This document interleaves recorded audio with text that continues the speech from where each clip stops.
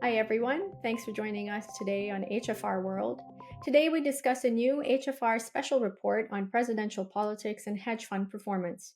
Joining me to discuss is Ken Hines, president of HFR Index. Hi Ken. Hi, thanks for having me on. Ken, could you please describe the motivation for this special report?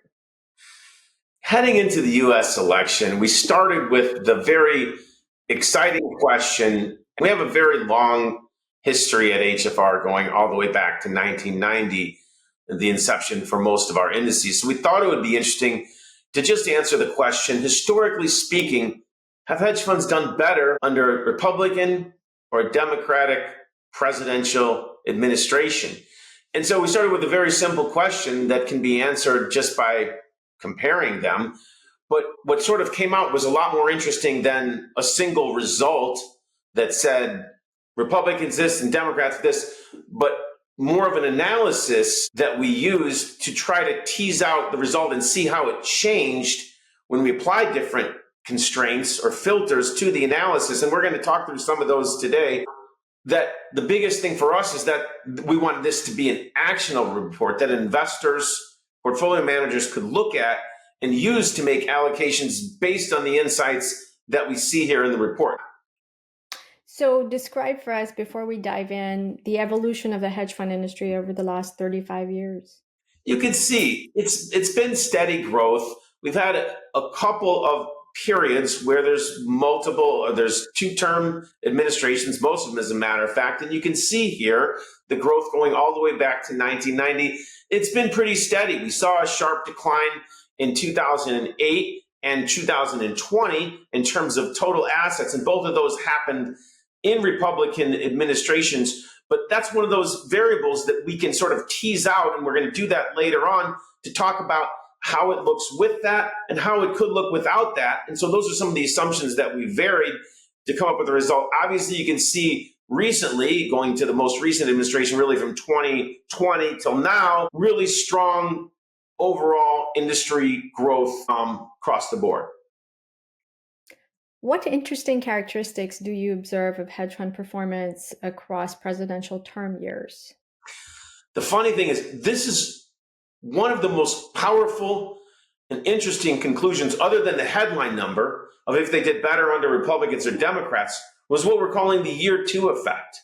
And what that simply stated is no matter what assumptions we make, strategies or administrations or anything else, year two was always the weakest year of hedge fund performance, regardless of what administration was in the office. And so you can see it here. This is just a very simple, this is not splitting out Democrats and Republicans, it's taking every year two.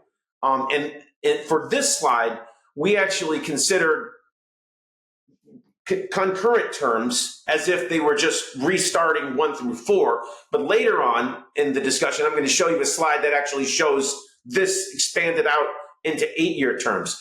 But the point is, regardless of what assumptions we made, year two was the weakest year. And so is there certain intuition about that? Maybe. I mean, maybe the thinking is that at that time, someone's already elected and they are implementing policy changes that are less market friendly, I guess, because there's the longest period of time before they have to go for re-election. Or maybe there's a different intuition to it, or maybe it's just an interesting anomaly about the performance. But this was very strong and clear that year two of the presidential term was always the weakest year of hedge fund performance, regardless of what assumptions we made. So you mentioned Democrat versus Republican administrations. How does the performance of the HFRI compare across administrations depending on party affiliation? Yep. So this is considering hedge fund performance under the president's political party, you can see here. And so you can see going all the way back to 1990, hedge funds have done better and gained 10.16% annualized under Democratic presidents. Republican presidents have lower. Obviously, the overall performance of the HFRI was 9.53%, and the performance under Republican administrations is 8.68%.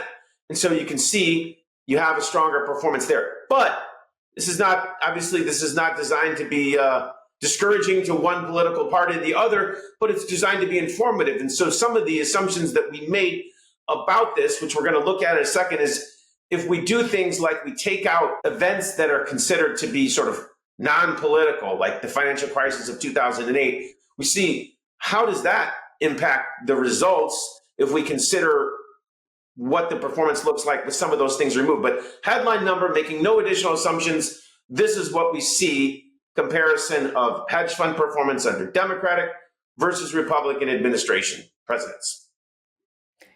What did you find when you compared whether it was a one-term presidency or two-term? Again, this is another fascinating thing, is that when you expand the analysis, instead of having a second term be years 1 through 4 again, but actually have it 5 through 8, what's interesting is that you see the year 2 effect, which is year 6 in this analysis. You can see, again, the strongest, most statistically significant observation about this is that in the last 34 years, year 2 is consistently the weakest year.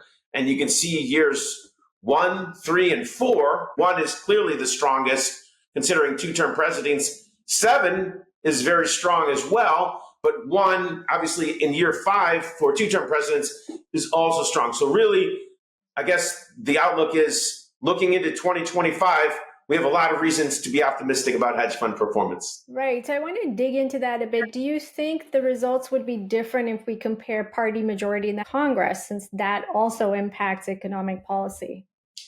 We looked at that as well.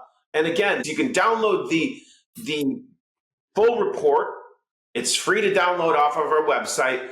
We iterated a number of different scenarios of Congress, House of Representatives, Senate, and we iterated whether or not the majority in Congress was Democrat, Republican, or gridlock at the same time as the president. So that was also, there was gridlock within Congress and then gridlock between Congress and the president. We iterated all these different scenarios. And here, we also did it by strategies. So you can see here, again, this is a consistent thing, is that surprisingly enough, hedge fund performance is better when either the Democrats or the Republicans have the majority in Congress. And I think that sort of contrasts with conventional wisdom.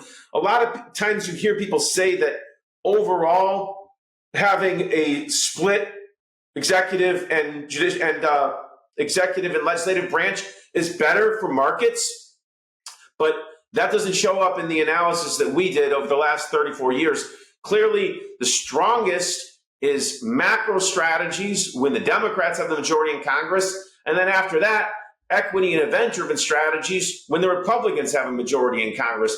But consistently, under almost all scenarios, except for macro, when the majority is split between the House and Senate, that's when macro actually has the lowest performance of all. Very good. So hedge fund performance is robust to political administration. Last thing I want to end on is you mentioned removing the impact of the 2008 financial crisis. Yeah, so you can see here, and again, people can debate whether or not an event like the financial crisis is a result of the prevailing political environment or not. I mean, we're not here to decide these things, but if you want to make the assumption that it's not, and that the financial crisis is somewhat tangent to the political party, kind of like with the 2020 with coronavirus too, you can kind of say the same thing. Both of those obviously happened at least at the beginning of the coronavirus, during a Republican administration, and then obviously through the transition. But if you just look at 2008, where most of the negative performance was September, October, November of 2008. If you take 2008 out altogether and rerun the analysis same way since 1990, looking at the total result, you can see it has a pretty significant impact on the performance. And you can see that with the 2008 financial crisis removed, the overall performance of the HFRI is then higher, 10.66% under Republican administrations rather than the 10.16 under Democratic administrations. So again, it's just one of those things that when you look at it and you kind of change up the constraints that you're using for the analysis, you get a different result. And again, the idea here is to think about something that's very actionable for allocators to make decisions on based on the results here. So again, we encourage people to download the full report from our website. And then if you have questions about anything that you see here or you'd like to discuss, feel free to reach out to myself or anyone at HFR for additional information on that. Absolutely. I think the report is fairly exhaustive. You have every iteration one could imagine doing, and definitely worth taking a look at. There's a free download available on our website. Thank you so much for joining us, Ken. Any final words that you'd like to share before we sign off? The last thing I would say is that we think this is a really exciting area of focus for us, and we expect to be maintaining this and updating this with additional insights as we proceed into the new year. Fabulous. Thank you so much.